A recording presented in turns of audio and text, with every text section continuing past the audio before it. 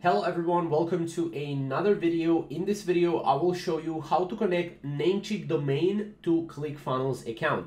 Now, this is very simple. Obviously, before we get started, I would appreciate if you can go and subscribe to our channel for more videos just like this. Now, let's get started. So, first of all, what you need to do is you need to create a CNAME record in your domain list. Go to your domain list on Namecheap. This is on your account, so just log in into your account and go on the left side to your domain list. Now from there, you will go and click manage on your domain that you want to connect to your ClickFunnels account. Now go to advanced DNS, and from advanced DNS you will click add new record, which is in red right here.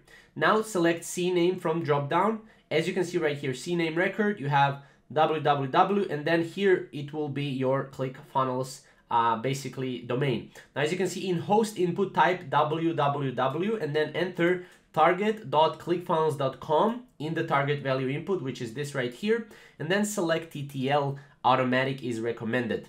So this is right here. Also make sure automatic, and then click save changes, which is green check mark. So that's pretty much it. Now you can add a forwarding rule. So you can click plus add new record in red, and then from the drop down select URL redirect record.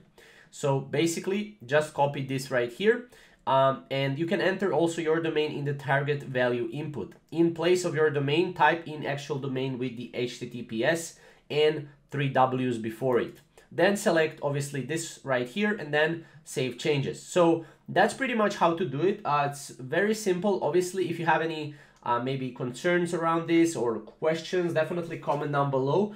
But other than that, this is how you can connect Namecheap domain to ClickFunnels account. So if you have any questions or comments, comment down below. And I also want to mention that ClickFunnels 2.0 has things a little bit different.